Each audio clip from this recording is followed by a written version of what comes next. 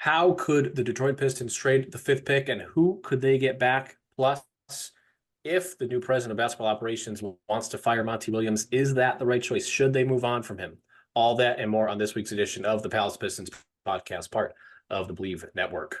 Good evening, everybody, and welcome to another exciting night of NBA basketball. With the first pick, the Detroit Pistons select Cade Cunningham from Oklahoma State University. Chandler again. Oh, what a block by Maxfield! My goodness! The Pistons are digging in. They got the depth. They got the big men. They got the better basketball team. No doubt about it. There's Jaden playing the passing lane. Skies a jam. Dynamite dunk, and the crowd loves it. Pistons need a three, and they have just under 3 seconds to do it. Here's Chauncey Billups. Here it is. He's got it. He's got it. Chauncey Billups hits the three. Overtime. Amazing. Out of bounds. Detroit basketball. Welcome to the Palace Pistons Podcast, part of the Believe Network. I'm your host, Mike Anguilano. Joining me this week is Aaron Johnson, the usual cast of characters from yesteryear. Aaron, how are you doing, my friend?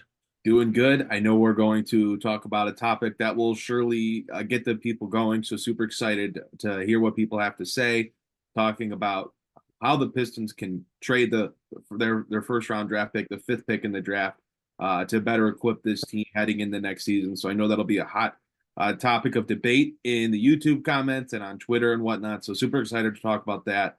And I know we're missing Jasper this week. Excuse me. But he'll be back next week, and I'm excited to hear what he has to say as well next week. But excited to get into what we've got cooking up for today.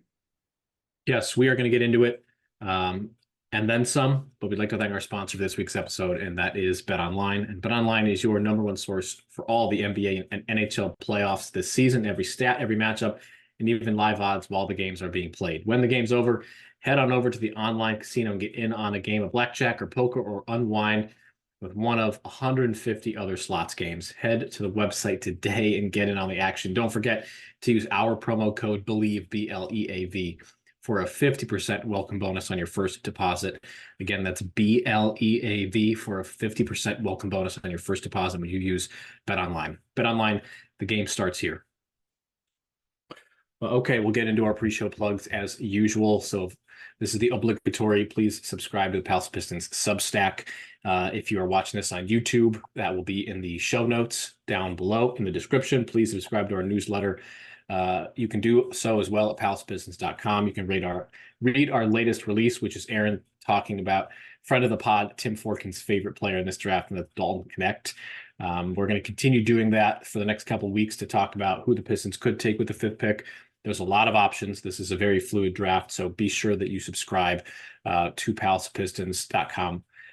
Or rather, you could go there to subscribe to our Substack, and you will get that content right to your email inbox when it goes live. Really fun writing about Connect. I think he's a really, really intriguing prospect. I know that people are going to dislike his age and taking him, as a potential top 5 pick. I know people are going to talk about his defensive shortcomings, but with there being no perfect prospects in this draft, as there never really are, but it's especially true this year. I really, really like Connect as a fit with the Pistons. So yeah, again, definitely go check that out on palaceofpistons.com. I think you'll enjoy it, and if you don't, tell me why. Yes, tell Aaron why. And I can't wait to read them all on next week's show. Yeah, there's a lot of good possibilities at 5. This is not a good draft by previous standards, but some of the previous drafts were loaded with talent. So, you're due for a down year at some point. But let's go ahead and talk about that fifth pick, and not about selecting a player. Let's talk about what the Pistons can do to trade the fifth pick, because I think that's the move that most people would rather see happen, is moving the fifth pick for a win now guy. We've talked about it a few times over the course of even before the lottery of just, do the Pistons make this pick at all? There's been a lot of speculation as to what Detroit is going to do with that fifth pick, a lot of different reporting, and that seems to be the case for a lot of teams picking in the lottery. It's very fluid. Atlanta at 1, they could move their pick. Houston at 3, they could move their pick. So it seems like at least one of those teams along with Detroit's going to end up moving out of 1. The Spurs could move out of 4. So to us, it seems like the best way to improve the roster is to trade that 5th pick, try to get a win now player, make a big splash to get somebody to go next to Cade Cunningham. We have brought a few of our trades to the table. Aaron, I want you to go first because you're going to immediately have a polarizing player. Yeah. And I'm really excited to not only have people pile on you for the draft prospecting, but also this as well. Oh, I know people are going to hate it. That's just the reality of it. And I am excited to talk about it because it is polarizing, and I'm okay with being polarizing. I know people are going to be picky about, oh, the Pistons can't go after this former All-Star or this current All-Star because he's not the exact perfect fit. Meanwhile, they refuse to understand the fact that this was a 14-win team and that all of their core players have not lived up to expectations so far. So they have to do something that might not be perfect, might be a little bit on the, outside of normal, but they've got to do something. And so with my trade, it's a 3-team trade involving the Pistons, the Knicks, and the Oklahoma City Thunder. The Detroit Pistons in this trade would receive Julius Randle from the Knicks, and then Josh Giddey and Kenrich Williams from the Thunder. The Thunder would receive Jalen Duren from Detroit and former Piston Bojan Bogdanovic from the Knicks. And New York would receive Isaiah Stewart, the 5th pick, and the Philadelphia 76ers 2025 first-round pick that is protected top 6 from Oklahoma City. That's the deal. I get it's crazy. I get it's a lot to take in. I think Say it one more time. Sure, I'll say it one more time. Julius Randle, Josh Giddey, and Kenrich Williams to the Pistons. The Knicks would get Isaiah Stewart, the 5th pick in the draft from Detroit, and then a 2025 first-round pick from OKC. That's actually Philadelphia's 2025 first-rounder, and it's protected through the top 6. And then OKC receives Jalen Duren and Bojan Bogdanovic. So here's my thought process. I think the first thing people are going to say is, why would the Knicks do that? And let's look at what the Knicks have going on heading into the offseason now that they lost in the Eastern Conference Finals. Jalen Brunson is widely expected to sign a max contract extension this summer. OG Anunoby is largely expected to decline a $20 million player option and enter unrestricted free agency. The Knicks are highly expected to re-sign him to a near max level contract. With where the NBA is going, it is very, very hard to build a team around a roster built with 3 max contract players, which Julius Randle is. So if they're going to max Brunson, they're going to near max or max Anunoby, and they'd still like to have the flexibility to maybe go get a real star to pair alongside Brunson. Not that Anunoby isn't a good player, but he's not necessarily a star. It means Julius Randle might be kind of a scapegoat in this situation. Obviously, missed a large chunk of the season, the back end of the season with New York, missed the playoffs, but was still very, very good when he played. He was an all-star this year. He was an all-star last year. But the Knicks have to clear some cap space. They also have to build out the roster. And with a bunch of guys hitting free agency, Isaiah Hartenstein being one of them, they have a couple other names that were involved in their rotation that they're going to have to try to figure out if they want to keep or replace them on the roster. They're going to need cap space and they're going to need financial flexibility. This gives them a potential replacement to Hartenstein, a replacement for Julius Randle and Isaiah Stewart, who's on a, what many would say, a good contract. There were a lot of teams that have been previously interested in Isaiah Stewart in the past. And that also gives the Knicks a couple options. They can use the 5th pick to draft a player that they feel might be able to play some minutes for them next year, but on a cheaper contract. They're not going to be paying this guy $15, $18, $20 million a year like you would have to pay someone like Bojan Bogdanovic, who's due $19 million next season if whatever team he's on accepts his team option.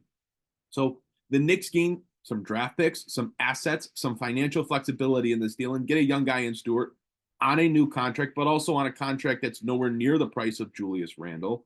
And maybe it's not Randle's full value. I think that's going to be the first thing people say is that they're, kind of selling short on Randle.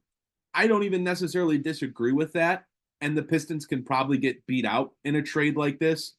But that's the reality of the Pistons trying to make deals this summer. Unless they're throwing in all of their young guys outside of Cade Cunningham, they don't have a ton to trade with. They just don't. So that's why the Knicks are that's the Knicks side of it. For the Pistons, they get Julius Randle. They get a proven all-star level player, 25, 9-4 this year with the Knicks. They get Josh Giddey, who can come in and be a backup guard for them. They need a backup point guard. Josh Giddey can be that. And then they get another forward in Kenrich Williams who can space the floor, play a little bit of defense. For the Thunder, it gets them a center in Jalen Duren. It gets them someone to defend and rebound the basketball. I know Duren's defense is definitely a question mark, but they've certainly needed some additional size. And Duren is often talked about as someone with just great size, great strength.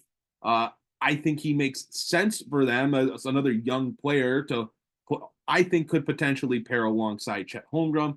And then they get Bojan Bogdanovic to replace some of the Gordon Hayward minutes, give them another option on the wing. I know they've got a lot of different contracts that are coming up in the near future. They're not going to be able to keep everyone around. So Bogdanovic for 1 year gives them a player that can space the floor as a veteran presence and can help them. So I know that's a lot to take in. Mike, I don't know what talking points you have based off that deal. I don't know how fair you feel that deal is for everyone. I don't think everyone's going to say this is a fair trade for all sides, and I get that. But trying to make a trade with the Detroit Pistons right now is proving to be a little bit difficult.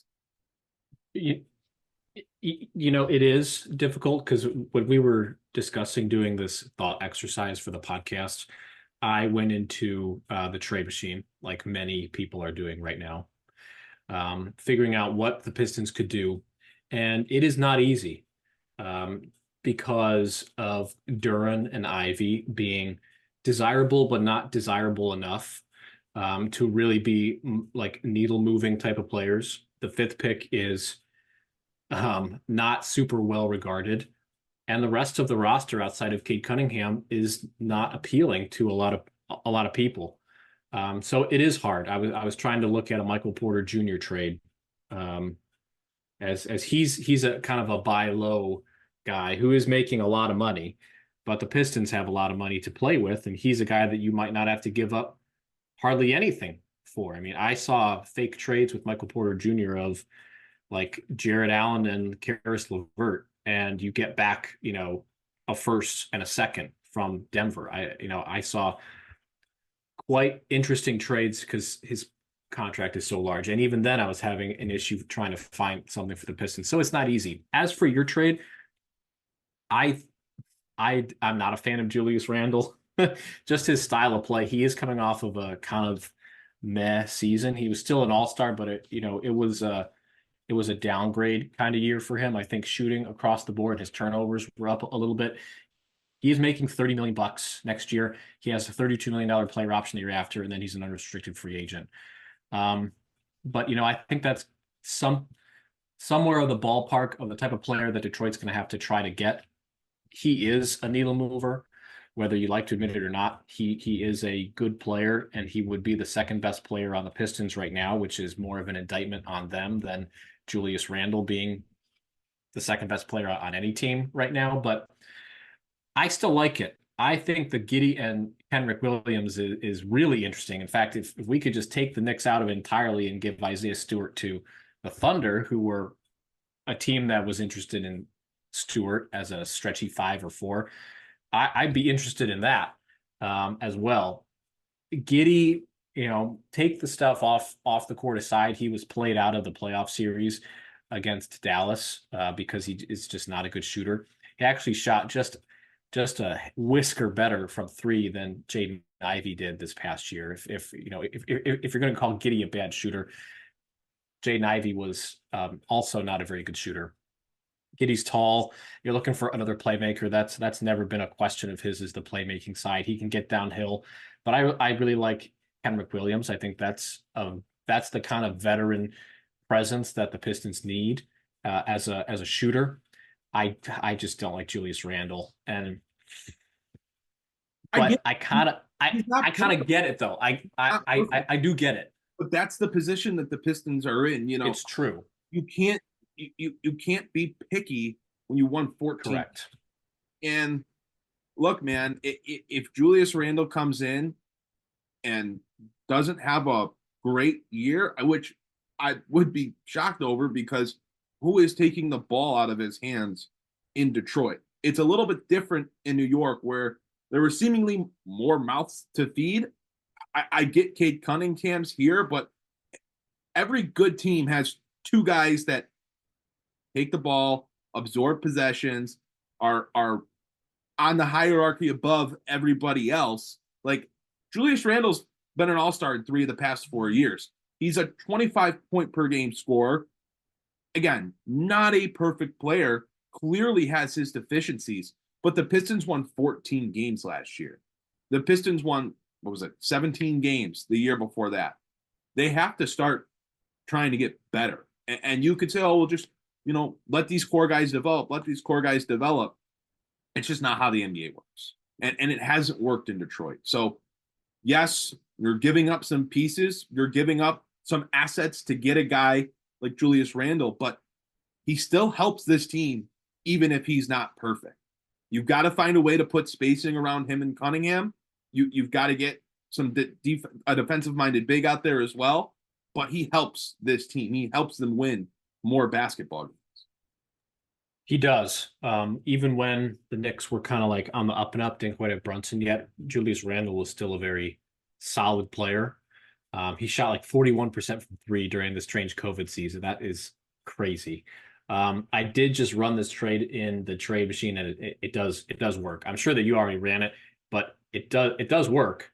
The Knicks take the biggest hit, but I actually can't include the 2024 pick for Detroit because it's not in the trade machine yet, technically, because I think they have to pick for the team first. I'm not sure exactly the order of operations and how that goes, but it does work in the trade machine, at least financially. But I think it's interesting, if you're cashing in Durant, Ivy, and 5, and you're getting an immediate plug-and-play player like Randle who fits a need, you're getting an immediate plug-and-play player like Giddey who fits a need, and you're getting a good fit in Kenrich Williams that immediately makes the team, or at least the bench, a little bit stretchier, which has been part of the problem for them. So I approve of the trade. Randle is a tough sell for a lot of people, but you are absolutely correct. That's the kind of position that the Pistons are in. Same thing with Michael Porter Jr. He's making get bashed in the comments over it. I know it's coming, but find the perfect trade. Also, I didn't pick Brandon Ingram or DeJounte Murray or all of these players that we've talked about for forever. It feels like. I mean, I still think Brandon Ingram is like the most ideal target for Detroit, but we've already talked about him probably 3 of the last 4 or 5 weeks. So it's like it doesn't do anyone any favors to go and bring up Brandon Ingram again when he has been talked about so much. I'm trying to think outside the box a little bit here, think a little bit bigger. You could talk about going after more of a couple role player type guys. Like if they did just kind of cut New York out of that deal and they tried to do something like Stewart for Giddey and Williams, like, yeah, you could talk about that, but that doesn't move the needle for them in the same sense of getting an all-star level player like a Randle or a Murray, or dare I say even a Zach LaVine might. I mean, I don't want to trade for Zach LaVine. I've been very clear about that. I don't think he's the type of guy the Pistons should be trying to trade for. But at the same time, it's hard to look at the season that they just had, a 14-win team where a lot of their young guys seemingly regressed. They didn't get better, at least. And it's hard to say, well, they don't need a Zach LaVine. They shouldn't want a Zach LaVine. I mean, LaVine's a good player in a vacuum, but that's just the position that the Pistons are in. Like, you don't want to turn down talent because you so desperately need it, but some of these guys may not be exact perfect fits. And I understand that Randle is not necessarily the perfect guy in many NBA fans' minds. Meanwhile, if there are somehow any Knicks fans listening to this podcast, they're probably cussing me out for valuing Julius Randle the way that I did in that deal. So that's just the nature of trying to make trades. And this is why the trade machine is just, it gets to deplorable levels at this time of year when we're kind of waiting for the offseason to be here, and it's all that we have to work off of is speculation. Michael Porter Jr. was somebody that I looked at trying to get, because I think that is the kind of buy low, and he's making a lot of money. He's making a lot of money. He's in year 3 of a 5-year deal, I think. He's made like $35 million a year or some absurd number. Let me pull it up, but that's the kind of like buy low type of guy that the Pistons are going to have to look at and think, is this worth it? Because you probably don't have to give up. You might have to give up 5 to do that, which is pretty crazy. Like Denver's in such a financial pickle, and not getting out of the second round after winning the NBA championship the year prior. They're in a pickle because they have to re-sign Kentavious Caldwell-Pope, because they are going to look to pay KCP. And they're in the position of, okay, do we, consider MPJ a salary, basically a dump? And I don't know if they're willing to do that. It depends what Calvin Booth wants to really do, and how they could tweak that roster. They've been so good with second round draft picks like Julian Strawther and other guys like Christian Brown that maybe they roll the dice and see what they can do. But they've exhausted the second rounders. They might have to do something like trade Michael Porter Jr. And if that's the case, then the Pistons could be in the same ilk of trying to get Julius Randle as a plug and play guy. MPJ certainly fits the bill as someone that you could put in at the 3 or the 4, and he can provide spacing. He can provide a little bit of playmaking. He's got size that would really be interesting. It's just, what does that look like? And I went through the trade machine trying to find guys that would fit. And it's not easy. If you give the Nuggets someone like Evan Fournier that they could just terminate the contract and clear cap space, I don't think you can actually do that after a trade. The trade machine would not let me do it. You might not have to give up 5 to make that happen. That might even be too rich. And I don't know what other teams are able and willing to take on his contract. So he was a guy that I was looking at, trying to make a trade work. They haven't expressed any interest in Isaiah Stewart, but that would get some of the financials a little bit closer. And I looked at DeJounte Murray again, under the assumption that the Hawks are going to absolutely blow it up and build around Alex Sarr and Jalen Johnson. The Trae Young stuff we've talked about ad nauseum. And he's just as difficult to make the money work as Michael Porter Jr. But my trade had DeJounte Murray and Clint Capella coming to Detroit. Capella would easily slot in as a center, whether he's backing up Duren or not. But I had Ivy and Stewart and 5 going back to the Hawks, who are in full rebuild mode. You get a guy like Murray who fits seamlessly next to Cade Cunningham. You move off of Isaiah Stewart's contract. You do take on Clint Capella's $22.2 million, which will soak up quite a bit of the cap, along with Murray's 25 and some change, I think. But that was the move that I had. We've talked about Murray a lot. I get that, but it seems like with Trae Young changing representation away from clutch, he's probably not going to the Lakers. That would leave the Knicks or the Pistons or San Antonio as a team that would want to get in on Trae Young. And if they do that, if the Spurs give up 4 and 8 plus salary to get Trae, I don't see why the Hawks would keep Murray when they could offload him and get another haul, maybe get 5 out of the deal with Detroit, and then they pretty much control the draft lottery for this year in a bad draft. But when you're a team like them trying to find an identity, you want as many bullets in the chamber as possible, and they would certainly get that. I don't dislike that trade whatsoever, and I think if you're Detroit and you're getting Clint Capella back to take on those minutes at center, and you're Atlanta and you're probably saying, look, we gave up 4 first-round picks to get DeJounte Murray. We can't just take 1 pick back in a weak class. I think that's where then you could loop in OKC again and say, look, you've got all these picks. you can either get Capella rerouted to you. You could get Jalen Duren. You've got to get a first to Atlanta. And then if you're getting Duren, Detroit probably needs to get something from Oklahoma City. But there's a way to like sweeten that deal for the Hawks if they're like, we're dead set on getting 2 first-round picks along with whatever else. And not that Jaden Ivey and Isaiah Stewart aren't valuable, but it's just like they might, it just sounds like they feel so strongly about getting first-round picks back that's where that third team might have to come in. And, in a deal where there's a center involved in Capella and the Pistons could move on from Duren, like there's a way to make that work considering what we feel Oklahoma City wants to do as well to beef up their front court. So I don't dislike that whatsoever. I think DeJounte Murray, as I said when we were talking about this before the trade deadline, I think DeJounte Murray should be a target for the Pistons. I don't see any issue playing him alongside Cade Cunningham. Again, you need talent. You need proven NBA players. DeJounte Murray is that. So I like that deal from Detroit's perspective. I think if Atlanta's trying to blow things up and they can get Ivy, if they're going to trade both Murray and Trae Young, Ivy gives them a high ceiling guard that obviously would have the reps and the opportunity to grow into being a very, very talented player.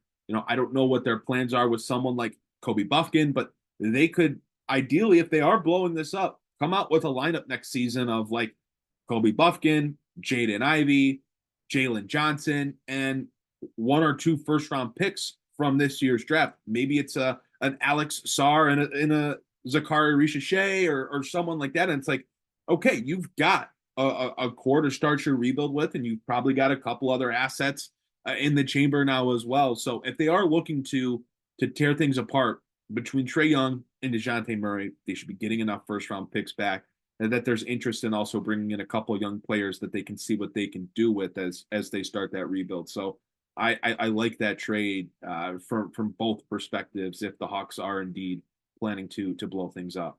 And one other thing on that, because I've read a couple of Hawks guys who cover the Hawks.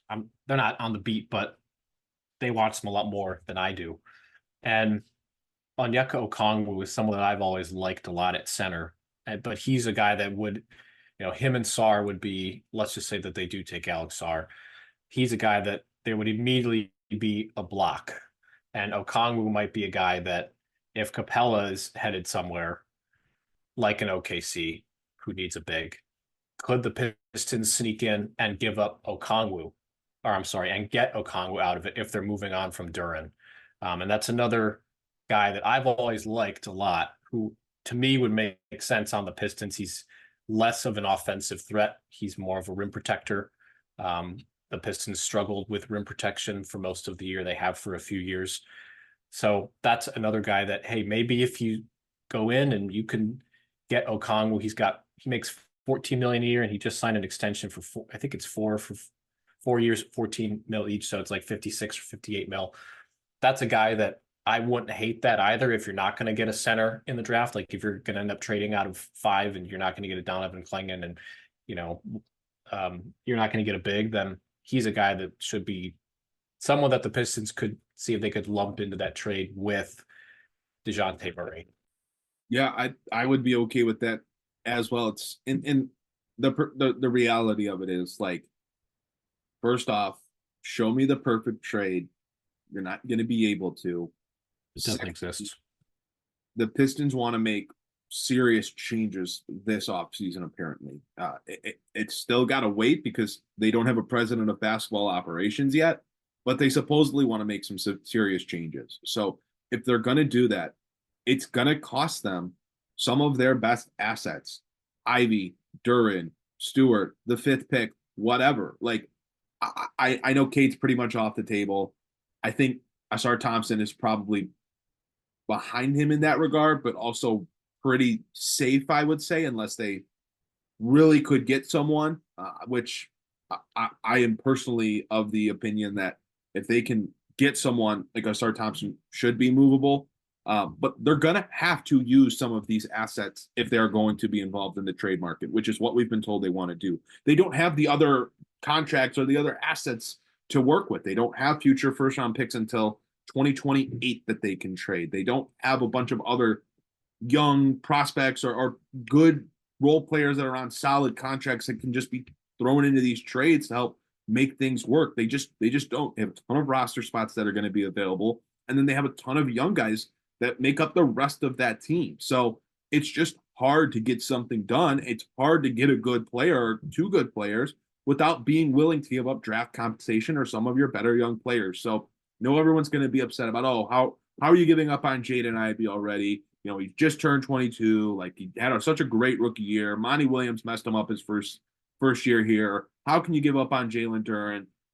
Double machine, this and that. It's like, it's not necessarily you want to give up on these guys, but if you're going to get better, you've got to give up something to do that. And that's what Detroit has to work with. That's the reality. Yeah. They're just stuck. I mean, I invite anybody to go onto the trade machine and look at all these contracts that the Pistons have and try to cobble together something of value to get back. I mean, Troy Brown Jr., well, I mean, what are we going to – he shot like 26% from three in the short time he was there. It's like, what are you going to do with that? Is Quentin Grimes gettable? Are they concerned about his health with his knee? Hard to say how much they value him because he couldn't get on the court. He's probably not going to be traded either, but you never know. Stewart, he's got fans on the beat, especially. It's like, but it's just hard to make these things work. So I invite anybody to go onto the trade machine and see what they could put together. I'm all for suggestions, but it ultimately doesn't matter until the Pistons do hire a president of basketball operations. And we're still waiting on that. We thought maybe last week we would get some news on Tim Connolly joining, but the Wolves ended up winning and advancing to the Western Conference Finals. So that has put that on ice. And to me, it doesn't close the door on Tim Connolly, but it kind of all but closes the door on Tim Connolly just because the Pistons are going to run out of time. Coaches are already being hired. The Cavaliers are still in their bunker deciding what to do with J.B. Bickerstaff. And I think part of the reason that they are in that position is there's not a whole lot of coaches that make a whole lot of sense. So what are you going to do with Monty Williams, who's been kind of pseudo on the hot seat for a while? So to me, they have to make a decision soon on who they're going to hire for the president of basketball operations.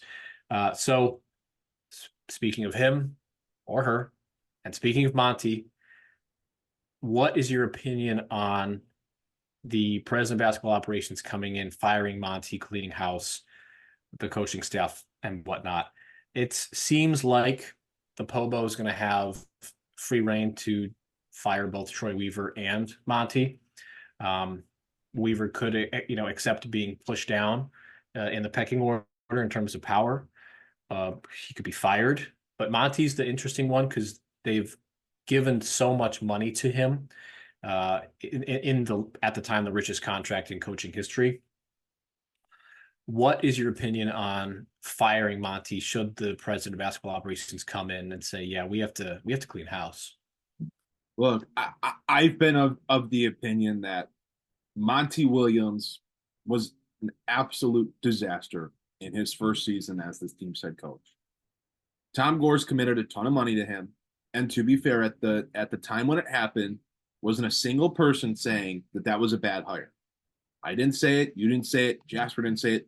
No one said, oh, maybe they shouldn't hire Monty Williams. Maybe that's not a great hire. Everyone said that was a good hire. And it looked like a good hire.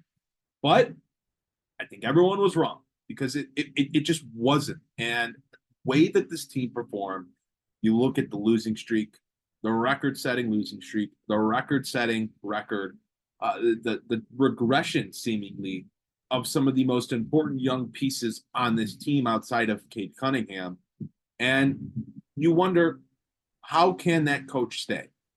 If a team makes the playoffs and gets eliminated, and a coach like Frank Vogel is let go, how can a coach that won 14 games survive?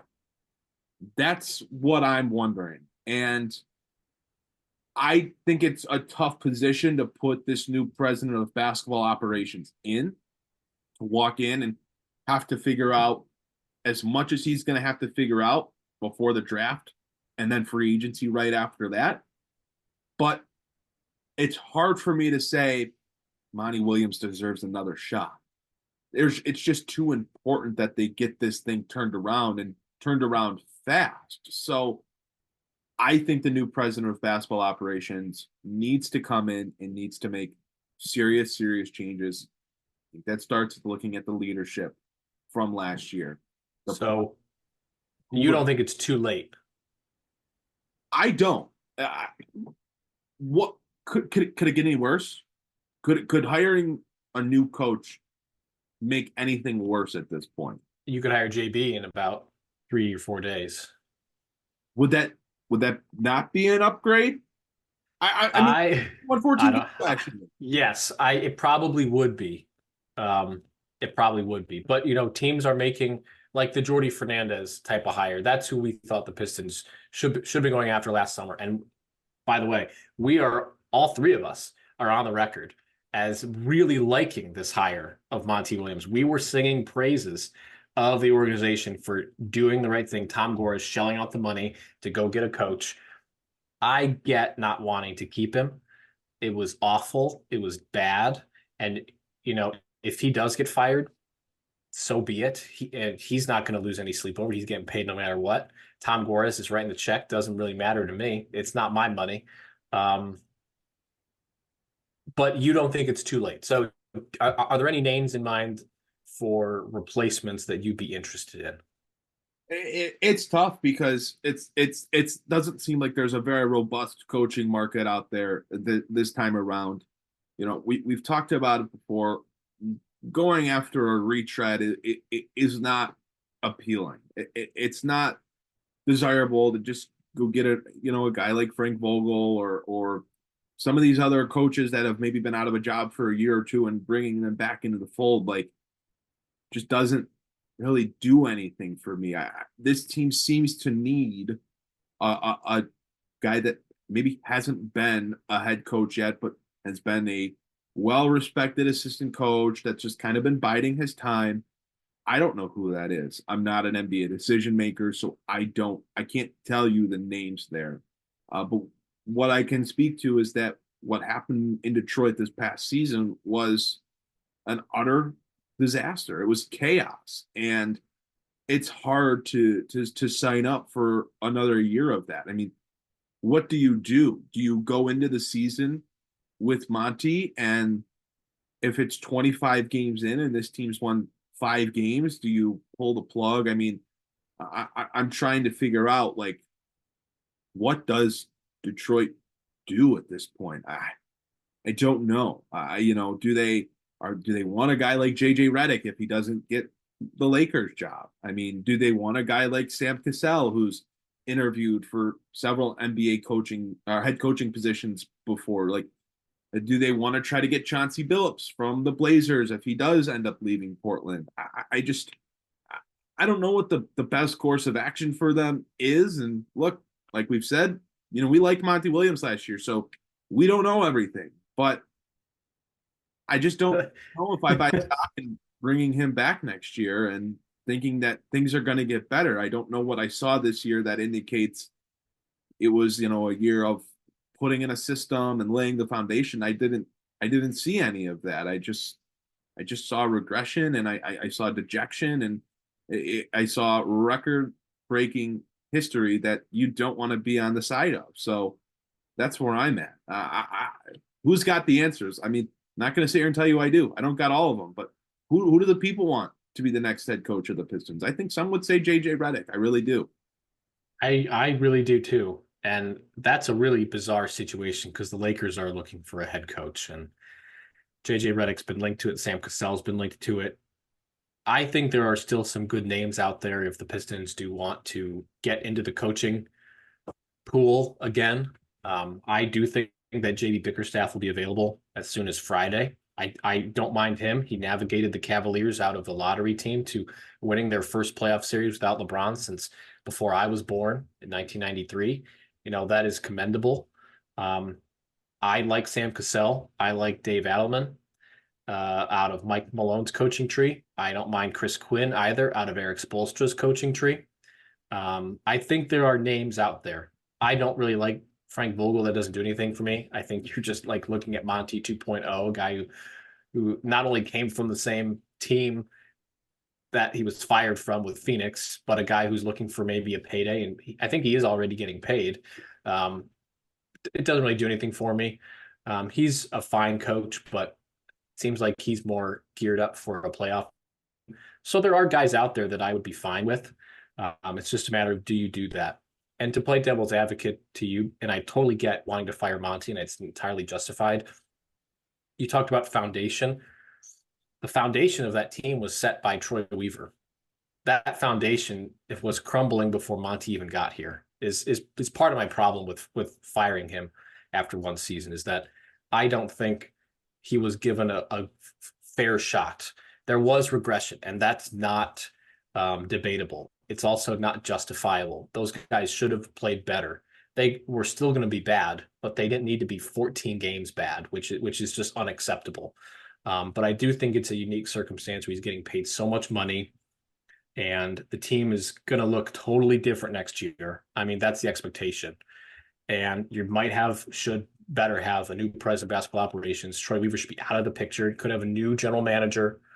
I think it might be worth giving him one more season to try to right the ship, depending on what they do in the offseason. I think it's just such a unique situation. But again, just play devil's advocate.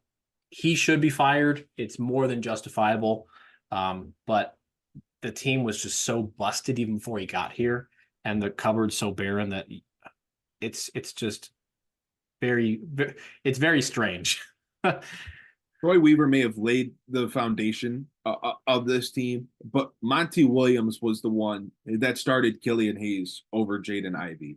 Monty Williams was the one that continued to play Isaiah Stewart and Jalen Duren together as the team's starting 4 and starting 5 together, despite there being no spacing on the court around the star player, the franchise player, Cade Cunningham.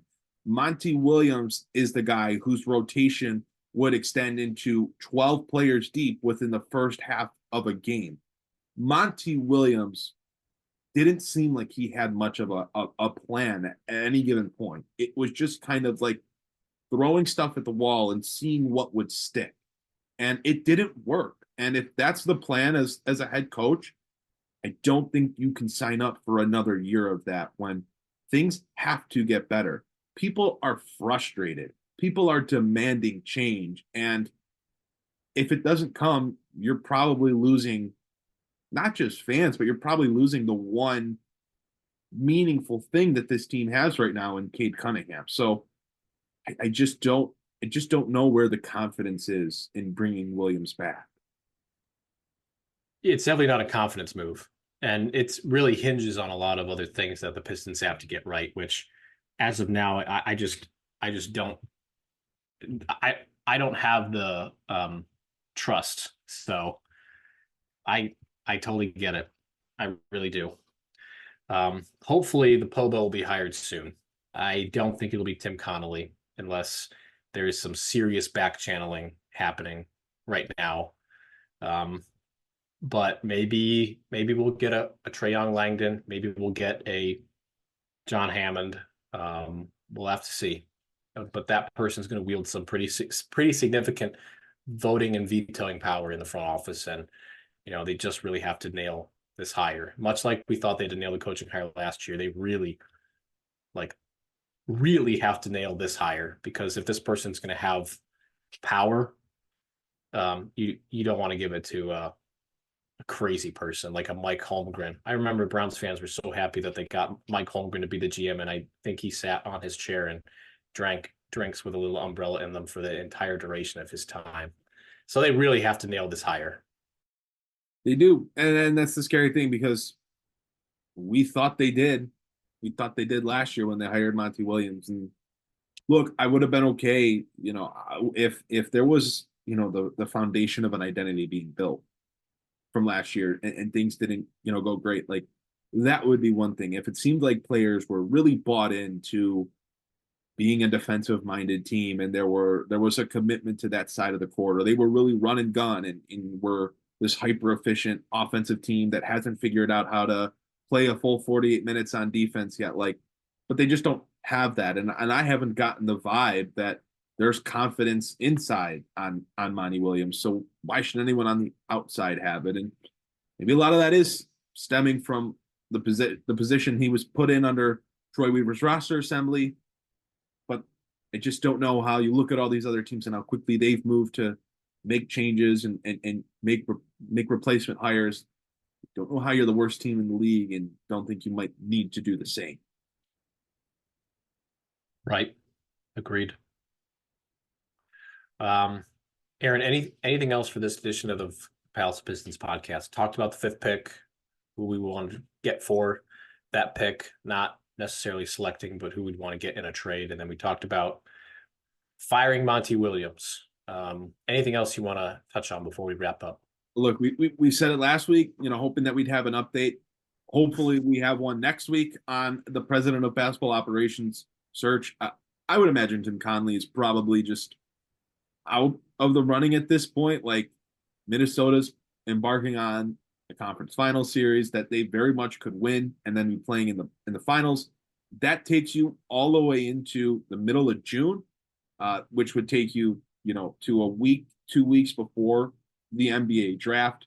You can't wait until 2 weeks before the NBA draft to sign a president of basketball operations. The ball has to get rolling soon. I think you're looking at a guy like Dennis Lindsey, Scott Perry, Trajan Langdon. I think you're looking at those other candidates that have been reported at this point. And I think that's where the hire is likely going to come. It's unfortunate if Tim Connelly was a real legitimate possibility, which all signs point to it being, considering the reporting, considering the Pistons have waited this long to make a hire. It seems like they have really wanted to talk to Connelly and see if they could make something work, but it just doesn't look like they're going to have the time and ability to do so. So now it's, what does the firm think of these other candidates? What does the search firm have to say for them? Do they start the interview process? Have they already talked to those guys? What does Tom Gores think? What do other key stakeholders like maybe Arn Tellem think of these guys? And you've got to get the ball rolling because they've got to make those decisions. Troy Weaver, on Monty Williams, on the draft. If they're going to try to trade that pick on draft night, what are they going to do in free agency a week after that? So there's a lot of things that have to go down. They've got to make this hire soon. I would hope by next week we at least have an update on, like, the Pistons are down to these 2 or 3 guys. They've held interviews with so and so, and they're making the final decision by the week, the end of May or something along those lines. Yeah, I think they're just going to run out of time with Tim Connelly. Maybe had the Wolves lost, it would be a different story, but they didn't. They won. So I agree. They're going to have to go with one of the other options. But time is running out. Like you said, draft, free agency, around the corner, re-signing players. Cade Cunningham is eligible for a rookie scale max extension. That undoubtedly is going to be on the incoming president of basketball operations mind as well. So lots to think about, lots to discuss. We will be discussing it hopefully on next week's show, be able to talk about who they hired. I do want to give a couple of plugs at the end here for the Palace Pistons YouTube channel, which is continuing to populate with more and more clips from past podcasts. And if you're watching the podcast on YouTube right now, please take 30 seconds. You can leave a like on this video and subscribe. It does help us tremendously, and it is free to you. You can also follow us on social media, on TikTok at Palace Pistons, on X, formerly known as Twitter, at Palace of Pistons, Instagram, Palace Pistons, and Facebook at Palace of Pistons. So that's going to do it for this episode of the Palace Pistons podcast. Aaron, good talking to you as always, my friend. Always a blast, and you did a good job on the plugs this week, Mike. I know that's usually my job, but you stepped in right there, came up to the plate and hit a home run. Go subscribe, go follow, go do all that good stuff. Let us know what you think on our trades, on who the coach should be, on if Monty Williams should be back. we want to hear about all that. We love all the interaction in the YouTube comments. People love to talk in there. People love to say whatever's on their mind. So definitely appreciate that, and giving us your time and coming to us for thoughts on the Pistons and valuing what we have to say is so greatly appreciated. Yes, and one last plug for the Substack, as we did at the top of the show. Please do subscribe. There's content coming to you every Friday in the form of this podcast, every Wednesday in the form of whatever is on Aaron's mind. Lately, it's prospects, and then every Monday morning is the weekly drive, which is courtesy of me. So now this is really going to do it for this edition of the Palace of Pistons podcast. I'd like to thank our sponsor for this week's episode, that is BetOnline. And again, you use the promo code BLEAV at BetOnline to get a 50% welcome bonus on your first deposit. For Aaron Johnson, I am Mike Anguilano. Thank you so much for joining us on this week's edition of the Palace of Pistons podcast, part of the Believe Network, and we'll see you all next time.